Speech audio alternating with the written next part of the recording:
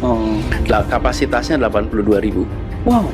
kapasitasnya. Lalu posisi stadionnya itu memang berbeda dengan yang umumnya kita lihat. Umumnya kan landai. Kalau ini relatif vertikal. Jadi orang yang begini. iya, orang yang nonton itu satu sama lain seperti tidak ada halangan, Pak. Karena kepala orang di depannya kira-kira tidak menghalangi dia gitu. Stadion ini standar FIFA. Dan itu artinya arsiteknya pun harus license. Kemudian rancangannya pun rancangan yang sesuai dengan seluruh persyaratan yang dimiliki oleh FIFA. Bahwa nantinya di Jakarta yang bermain 2 grup dan tim nasional bermain di Jakarta. Lalu di Bandung nanti 2 grup, di Solo itu kita tahu nanti semifinal final di Solo, ya, dan tentu nantinya juga di Surabaya itu 1 grup. Nah, ini yang kita sedang dorong. Ada beberapa perbaikan yang sedang didorong oleh FIFA. Karena itu insya Allah minggu depan hari Senin atau Selasa saya akan rapat lagi dengan Menteri PUPR dan Gubernur DKI untuk memapping mana yang perlu ada perbaikan, apakah di Jakarta ataupun nanti di tempat-tempat lain yang memang sudah masuk daripada zoning yang FIFA harapkan. Dan tentu konsekuensinya kalau ada 2 grup di Jakarta dan di Bandung, tempat latihan harus ditambah. Ya, jadi nanti 2 lapangan latihan juga kita lihat karena memang kan tadi 2 grup itu. Jadi memang benar-benar waktunya sangat mepet. Ya, kita pastikan kita bisa mensukseskan Piala Dunia U17 dengan baik. Kenapa saya informasikan teman-teman media, mohon supportnya. Tinggal 100 hari. Tentu kompleksitas mengenai lapangan latihan, jadwal juga latihan wasit ataupun nanti klub. Memang inilah kenapa kita bicara perlu ada penambahan minimum 2. Dan mestinya kalau kita dihitung tadi rapat dengan FIFA kayaknya cukup 2. Nah, inilah kenapa kita harus segera kejar beberapa perbaikan di lapangan latihan yang ada, termasuk juga lapangan pertandingan. Kita hanya fokus di Jawa saja. Pada saat ini kita melihat konsekuensi daripada persiapan yang tinggal 100 hari. Ya, karena ini ada logistik, persiapan daripada venue dan lain-lain. Nah, memang kembali ya dengan segala dinamika dan juga kembali yang kita tahu bahwa pendanaan ini juga harus efisien ya, dengan waktu yang 100 hari ini ya memang ini pilihan yang tidak mudah. Tetapi tentu saya tidak bisa bicara sebelum FIFA buat statement resmi. 2 grup di Jakarta, 2 grup di Jawa Barat, 1 grup di Solo, 1 grup di Surabaya, semifinal final di tentunya Solo, pembukaan di Jakarta, tim nasional main di Jakarta. Nah, tentu masalah renovasi apa, kembali kita harus diskusi dengan pemerintah, baik pusat dan daerah, mohon waktu aja. Loyalis Anies Baswedan, Ghis Khalifa, kembali memberikan komentar menohoknya kepada PSSI terkait rumput Jakarta International Stadium. Dikatakan Ghis, drama terkait polemik JIS terus berkepanjangan dari episode 1 ke episode selanjutnya. Yang paling norak adalah membawa tukang rumput dan wartawan ke JIS. Lalu ada pernyataan, salaman sama saya pasti dicoret. Mantan komisaris Ancol itu menambahkan, pada akhirnya FIFA memutuskan cuma memperbaiki rumput dan tidak harus diganti. Lalu FIFA datang memberikan pendapat mereka, cuma perbaiki rumput tidak harus diganti. Mengutip pernyataan konsultan rumput FIFA, Ghis menegaskan rumput JIS tidak diganti, hanya dijahit ulang. Rumput JIS hanya dilakukan perbaikan dengan di pitch stitching atau dijahit ulang. Hal ini setelah FIFA menunjuk konsultan Australia untuk memperbaiki bagian rumputnya. Jelaskan oleh Pak Menteri, di dalam rumput dan lain-lain itu DKI, termasuk juga di luar jalan akses dari timur ke barat melintas Waduk Cincin Pemda DKI. Kemarin kan setelah hasil dari FIFA itu jelas bahwa FIFA meminta ada pergantian rumput atas JIS, kemudian juga akses untuk penonton dan sebagainya. Itu adalah bagian dari semua, memang sesuai dengan apa yang memang sebelumnya dilihat oleh federasi atau PSSI juga, oleh Pak Erik kemarin dan semua, bahwa perlu perbaikan untuk rumput, akses dan sebagainya. Itu juga yang dilihat oleh FIFA yang harus diperbaiki oleh kita supaya JIS bisa dipakai untuk Piala Dunia. Sebelumnya, rumput JIS diputuskan hanya dilakukan perbaikan dengan di beach stitching atau dijahit ulang.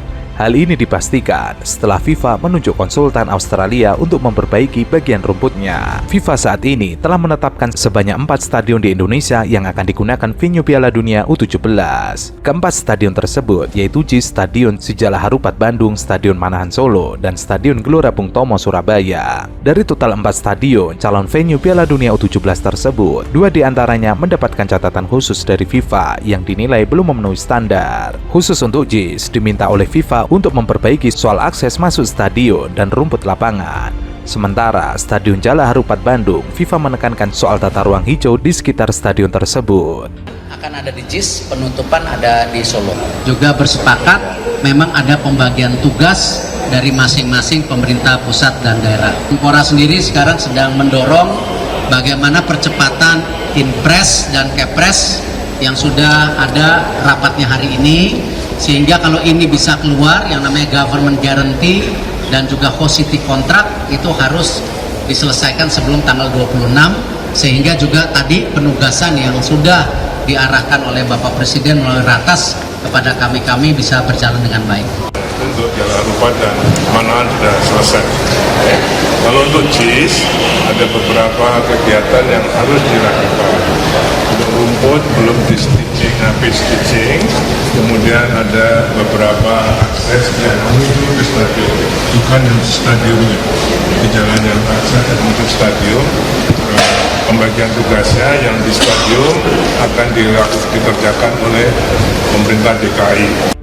Sementara itu, Menpora RI Dito Arya Tejo menyebut pembukaan Piala Dunia U17 2023 yang bakal digelar di Jakarta International Stadium tidak boleh terlalu spektakuler. Pembukaan Piala Dunia U17 2023 dijadwalkan berlangsung 10 November mendatang.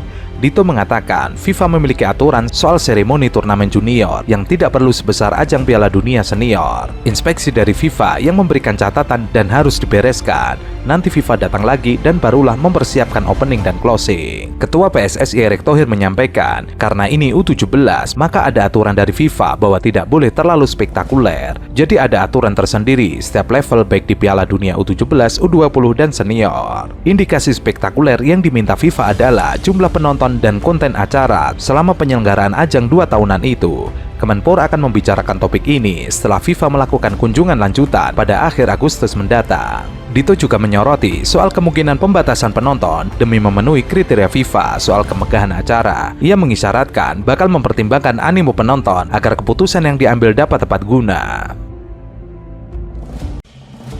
Stadion Jakarta International Stadium yang dibangun era Anies Baswedan saat masih menjabat sebagai Gubernur DKI Jakarta terus mendapatkan sorotan. JIS yang dianggap tidak sesuai standar untuk venue Piala Dunia U17 kabarnya akan segera direnovasi. Barisan pendukung Anies pun geram dengan penilaian sejumlah pihak karena diduga terkait kepentingan muatan politik. Kalau saya melihat ada lagi masalah lain, itu masalah safety. Waktu kemarin pagar pembatas itu ditendang waktu pertandingan. Dan saya tidak tahu kualitasnya sudah sejauh mana. Saya minta JIS diaudit secara keseluruhan, karena kalau sampai pertandingan internasional terjadi di sana, lalu ada kecelakaan, itu sangat memalukan dan malu satu negara. Loyalis Anies, Giz Khalifa, menyebut JIS menjadi problem karena digagas dan dibuat era Anies.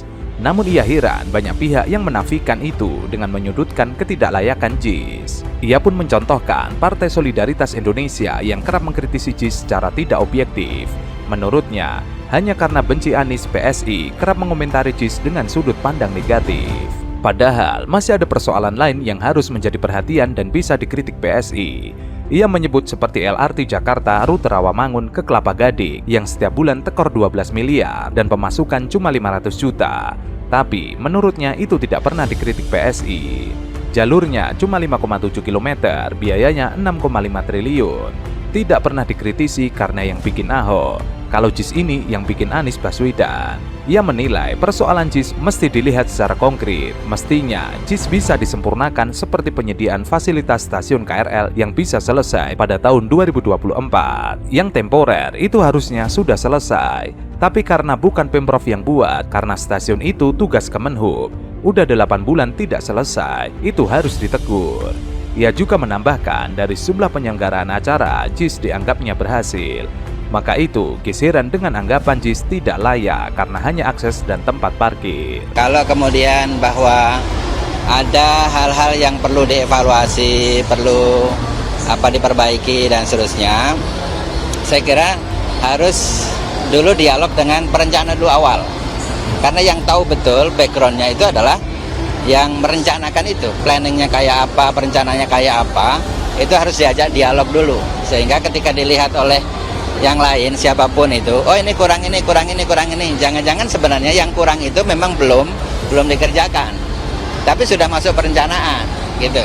Artinya apa misalnya area parkiran atau akses dan seterusnya, itu saya kira harus melibatkan tim awal yang merencanakan itu.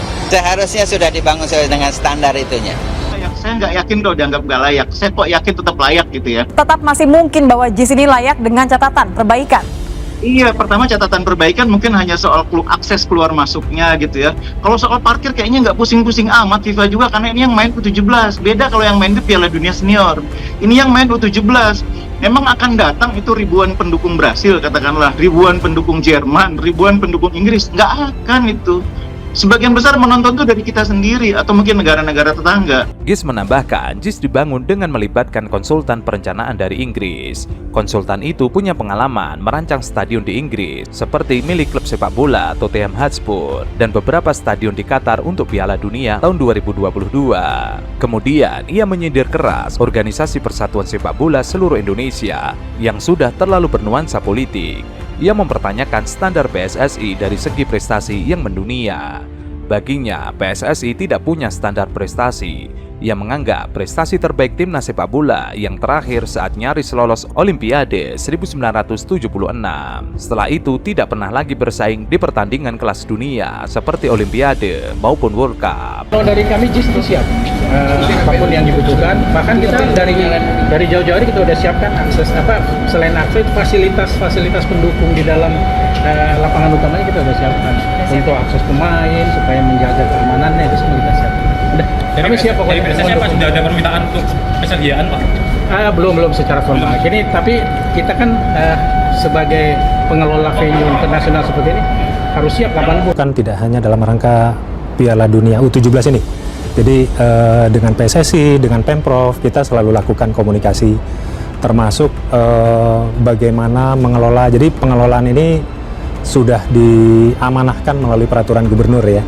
Jadi dari situ kita komunikasi dengan Pemprov, bagaimana sarana ini bisa dimanfaatkan oleh sepak bola Indonesia, tentunya juga kita sudah komunikasi dengan PSSI. JIS ini sesuai perencanaannya sudah siap untuk digunakan, termasuk akses masuk ke area stadion ini. Punya pengalaman penyelenggaraan event-event besar gitu dengan penonton cukup banyak.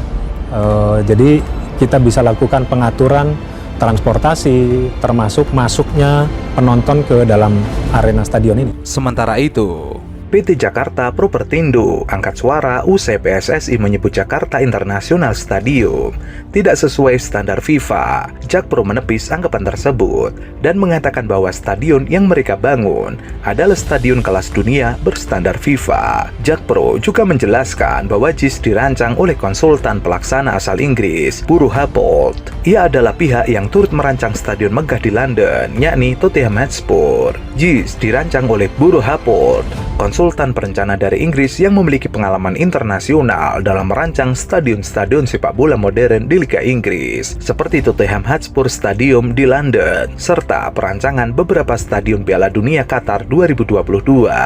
JIS dibuat di atas lahan 22 hektar dengan luas bangunan total 60.000 meter persegi.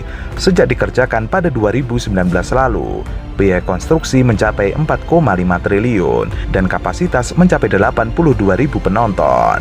JIS ini karya besar yang orang tidak bisa menutup mata bahwa ini karya besar, dan JIS ini impian yang dipikirkan hampir semua gubernur. Awalnya, rencana pendirian Stadion Megah itu sudah ada sejak era ex-gubernur DKI Jakarta Sutioso. Ia yang saat itu juga menjadi petinggi klub sepak bola Persitara Jakarta Utara mengusulkan ke Sutioso untuk membangun stadion. Waktu itu, ia mengatakan ke Sutioso, Jakarta tidak punya stadion, Gelora Bung Karno bukan punya Pemprov DKI Jakarta. Akhirnya ketemulah tanah BMW. Setelah berganti kepemimpinan beberapa kali, akhirnya rencana pendirian stadion baru terwujud di masa Gubernur Anies Baswedan. Bahkan stadion yang dibangun tergolong megah dan berkelas internasional. Bahkan JIS disebutnya juga semakin membanggakan karena seluruh proyeknya dikerjakan oleh anak bangsa. Ia mengklaim tidak ada tenaga asing yang bekerja di sana. Publik harus melihat betapa JIS adalah karya anak bangsa karena seluruhnya orang Indonesia. JIS juga disebutnya memiliki fasilitas yang tidak kalah hebat dibandingkan stadion besar lainnya di dunia, di mana di paling atasnya ada jogging track. Itu bisa menjadi objek wisata olahraga, dan itu karya yang tidak bisa dipungkiri. Karena itu ia menganggap JIS adalah karya besar di era Anies Baswedan yang harus dibanggakan. Stadion ini bahkan disebutnya merupakan impian semua gubernur. JIS ini karya besar yang orang tidak bisa menutup mata bahwa ini karya besar, dan JIS ini impian yang dipikirkan hampir semua gubernur.